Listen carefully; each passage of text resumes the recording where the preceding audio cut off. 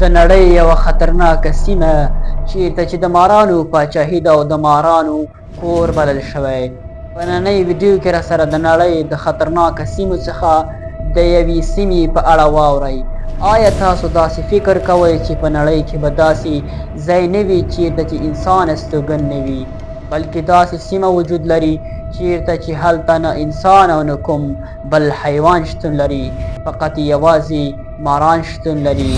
دا یو تصور نه بلکې حقیقت دی. د الهاد جزیره یا ټاپو چیرته چې یوازې د مارانو پاچاهي ده او د مارانو کور بلل شوی دی. دغه سیمه دومره خطرناکه ده چې ځینې خلک یې د مرګ سیمه یادوي. دلته ډیر خطرناکه او وحشتناکه ماران شتون لري.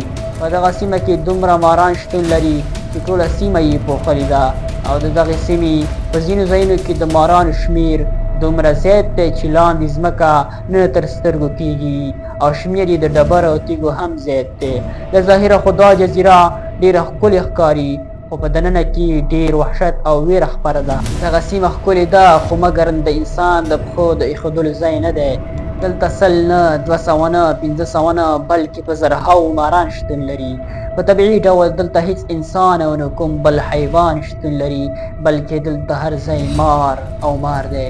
په دغه سیمه کې مارانو دومره وحشت خپور کړی دی چې نور حیوانات دلته د راتلو جرأت نشي کولی. دغه ماران دومره وږي دي چې یو بل سره هم خوري. د دغې سیمې ته یو ناخبره مرغه یا حیوان داخل شي نو د دغه مارانو ښکار ګرځي. هغه مرغان چې د دغې سیمې په اړه خبر وي نو دغه سیمې ته د راتلو هیڅ زړه نه ښه کوي. د نړۍ یوازینی ځای دی چې هر ډول ماران پکې شتون لري او د دغې سیمې ماران د نړۍ تر ټولو خطرناکه او ډیر زهرجن ماران بلل شوي دي.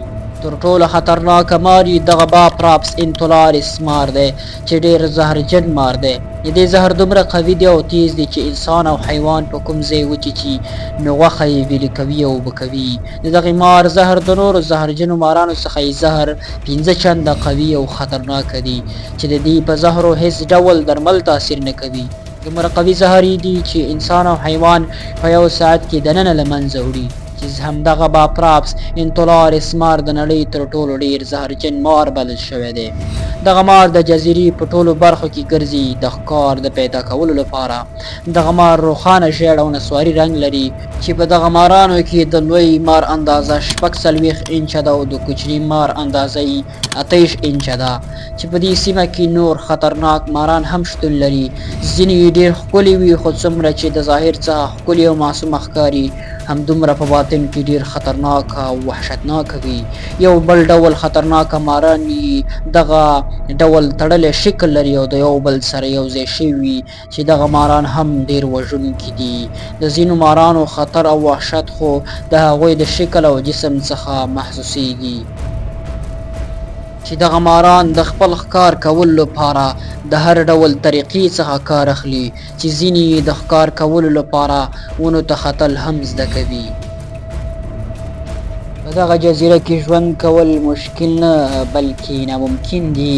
په دغه سیمه کې یو سپین کور د یوې کورنۍ لخوا رغول شوی و چې بیا دوی په دغه کور کې استوګن شول په دې خاطر چې څېړونکو او حکومتي کسانو ته لارښوونه وکړي.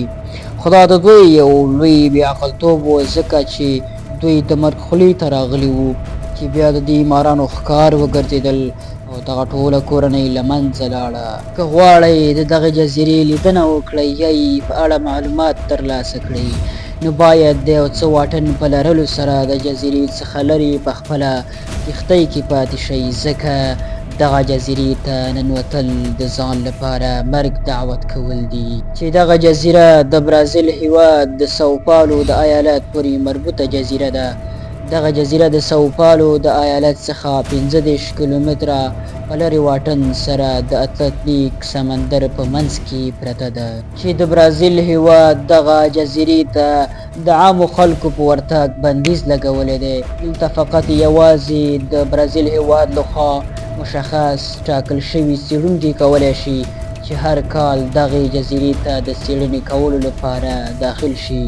خو په دغه نږدېو کې د دغو مارانو نفوس د کمښت سره مخ شوی دی، ځکه په غیر قانوني ډول قاچاقبران د دغو مارانو ښکار کوي، ځکه په دغو مارانو کې ډېر قیمت بیه ماران شتون لري چې زهر یې په غیر قانوني بازار کې 18,000 پاونډه بیه لري.